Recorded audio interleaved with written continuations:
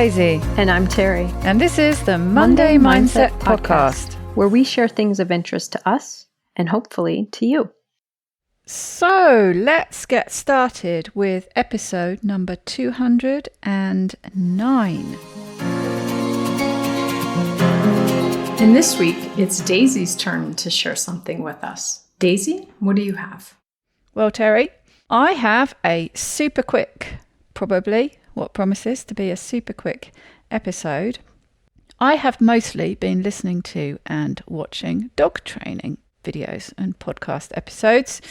And then I suddenly realised we were recording, so I better actually go and listen to something that I could share with you. I mean, I could share with you dog training tips, but I'm not sure how many of our listeners would appreciate that. And I don't think I could make them super relevant to humans. Sometimes you can, but not always. So I thought I would go and have a look at Rangan Chatterjee's podcast, Feel Better, Live More. As I've shared before, he has these nice little bite-sized episodes, which are the sort of the most salient clips from the longer episodes. And his longer, long-form episodes do tend to be quite long. So it's a handy little way of listening to a short podcast and getting a taste for one of his longer ones.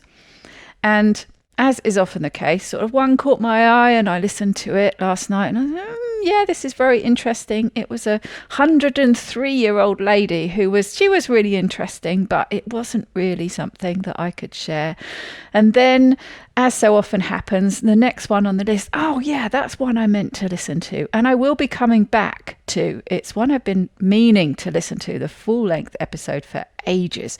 Gabrielle Lyon talking about exercise, but in particular strength training and protein and how important it is as you're aging. And I listened to the bite size of that and it sounded really interesting. So I really wanted to listen to the full episode before I shared that with you. And that's what I was going to do today. However, I saw another bite-sized episode and it caught my eye. And that, my very long-winded way of saying, but that is what I'm going to share with you today. And so the bite-sized episode is called The Simple Habit to Manage Daily Stress and Overwhelm with Tony Riddle. It's a good name, isn't it? And the longer episode, the full episode, is called How to Transform Your Lifestyle for Optimum Health, Happiness and Vitality with, of course, Tony Riddle. Now, Tony is an ultra-endurance athlete and goes by the name of the Natural Lifestylist. He has spent the last decade developing and refining a robust way of life based upon the principles of a natural lifestyle. He's hosted retreats and workshops where he has taught thousands of people around the world to live more naturally. Tony has now written his first book, Be More Human: How to Transform Your Lifestyle for Optimum Health, Happiness and Vitality. So Rangan kicks off in this bite-sized episode, at least, by asking him to define down-regulation and up-regulation, which he apparently talks about a lot. Tony Riddle, that is. So he says that up-regulation is the good old familiar fight, flight or freeze mechanism. And when this happens, other more costly systems need to get switched off to divert the energy that's required. So things like the immune system, digestive system, reproductive system, they're all very costly when it comes to energy. And you want all your energy directed in being able to fight or run away from or freeze when that lion is coming to attack you. Down regulation, on the other hand, is your rest and digest mode. And that taps into the parasympathetic system as opposed to the sympathetic system, which always, to me, feels like it's round the wrong way. But anyway, that's an aside. And this is a way, he says, to reboot these other systems after an acute stress event.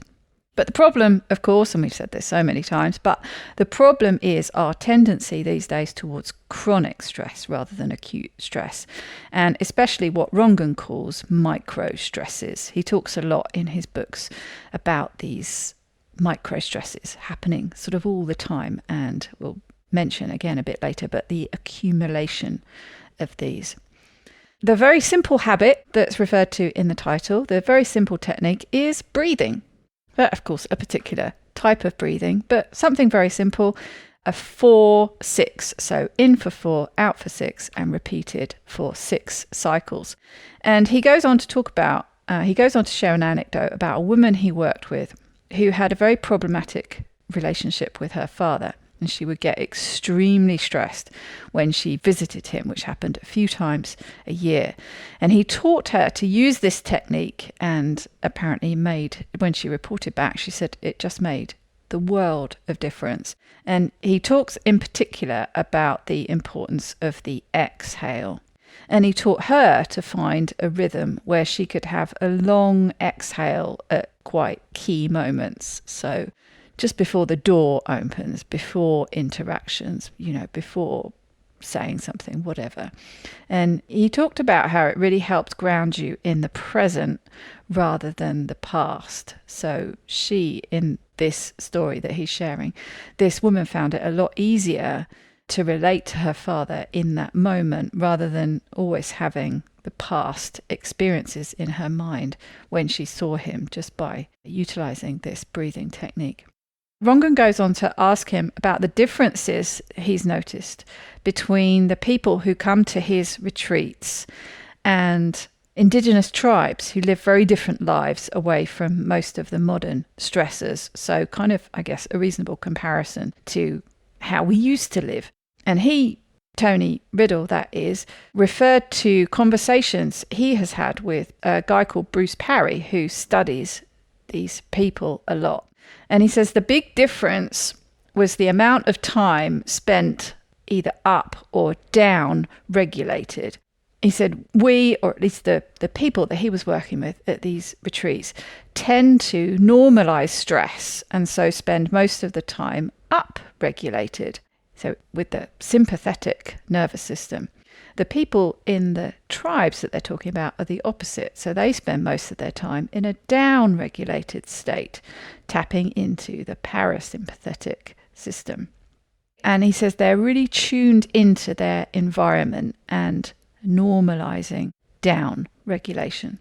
So his simple habit to combat this problem is to set a reminder to do this quick breathing exercise every hour on the hour. So breathe in for a count of 4, nasal breathing, this is, and out for 6. He said it really doesn't matter about being exact about the timing, count if it's helpful, but you don't have to. But the important thing is that the exhale is longer than the inhale. And it should be a relaxed letting go of your breath. Don't push the breath out. And he said if you can, to also focus on relaxing your pelvic floor, relaxing your lower abdomen, relaxing your shoulders and your jaw. Focus on those areas. Breathe into that and then breathe out.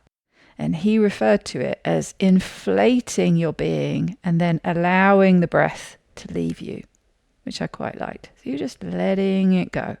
He says you can also put your finger on your wrist and see how your pulse is affected by the in versus the out. He said you should see a noticeable slowing on the out breaths. So really, he says this 6 cycles of these breathing, you're talking probably about a minute. So it's really not long.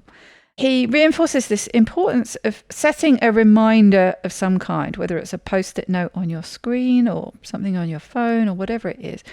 Because once you're in an up-regulated state, it's much harder to come back down. So be preemptive about it. That's really helpful because I think a lot of people who have learned about breathing techniques think about using them once they're already in that upregulated state. Which, of course, you can do that as well. Sure, it's a great strategy. However, we can actually do our body a lot of good by just doing it regularly so as to not kind of build up into that more upregulated place, I assume, from what you're describing. Yeah, exactly. And Rangan talks about, like I mentioned earlier, he talks about how we accumulate these micro stressors throughout the day. And what an impact that can have on, say, our mood when we get home. So you think of all those little micro stresses throughout the day, they're accumulating. I said how we can't apply our dogs. I can always find a way to apply my dogs. If you remember back when I was talking about Janine advising me about the stress bucket with Rocket and how you just, it keeps filling up throughout the day. It keeps filling up. And the only way you can empty that is to get that good amount of, with the dogs, it's a minimum of 16 hours a day sleep to empty that bucket. Well, it's a similar thing. You're filling that bucket up throughout the day. And then, you wonder why by the time you walk back in through the door after a day of building up these stresses, why it's so easy to quickly flip into an argument with your spouse, for example, or to get frustrated with your kids who are, you walk in and there's mess everywhere and they're screaming the place down.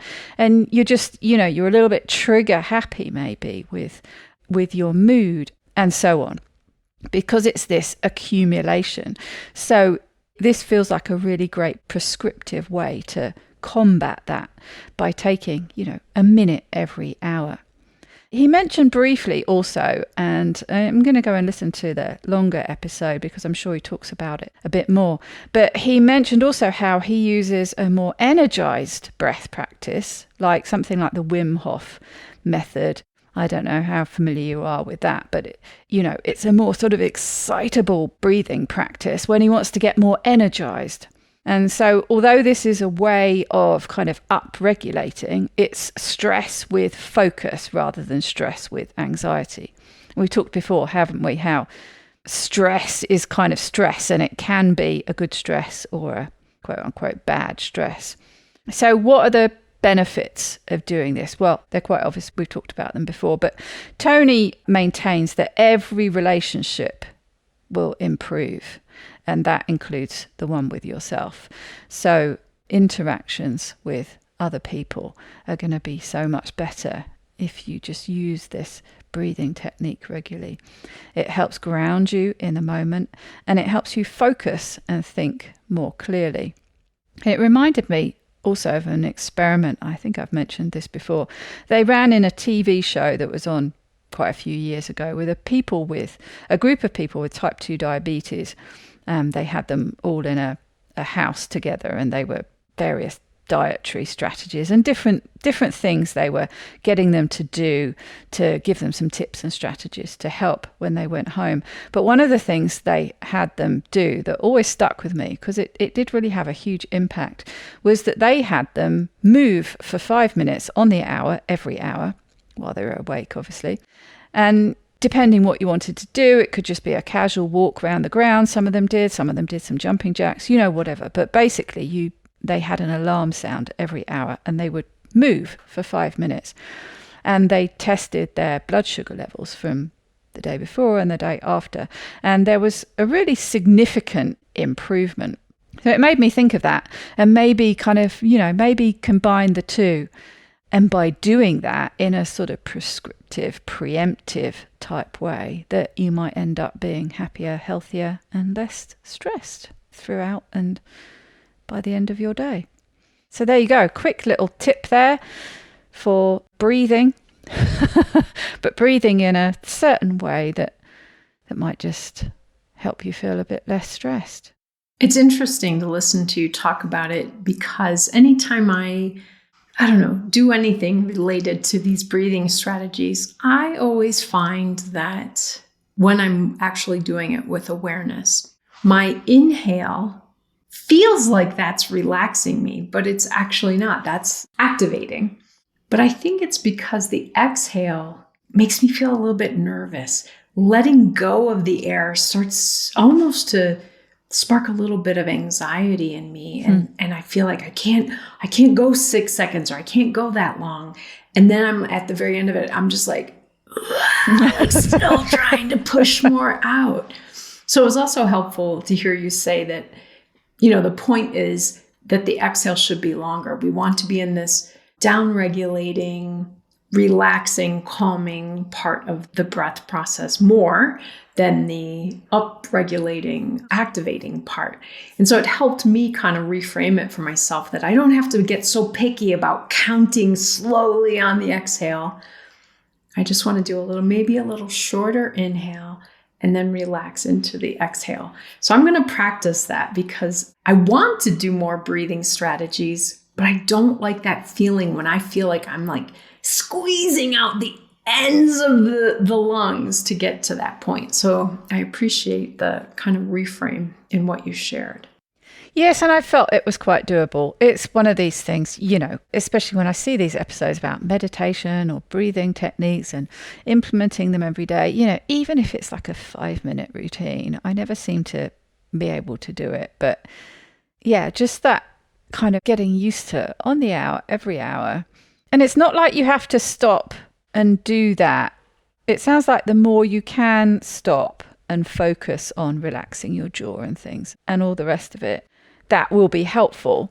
But ultimately, you wouldn't have to stop doing what you're doing, and nobody knows you're doing it. So just like this woman who, visits her father that's stressful, or as you're heading into a meeting, or, whatever it is, nobody knows you're doing it. It's an easy thing to do that you can kind of focus in your mind, but you don't have to actually go away and sit in a darkened room or anything.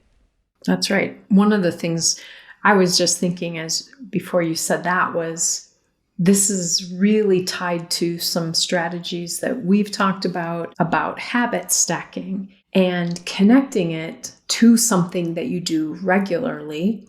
So for me, I'm probably not as good at setting the alarm and doing it at a specific time, but throughout my day, I start Zoom meetings often. Yeah, I was just thinking that. And so I'm thinking, as soon as I click, to open the Zoom meeting, I could do this breath thing while I'm waiting for it to start and for other people to start to come in.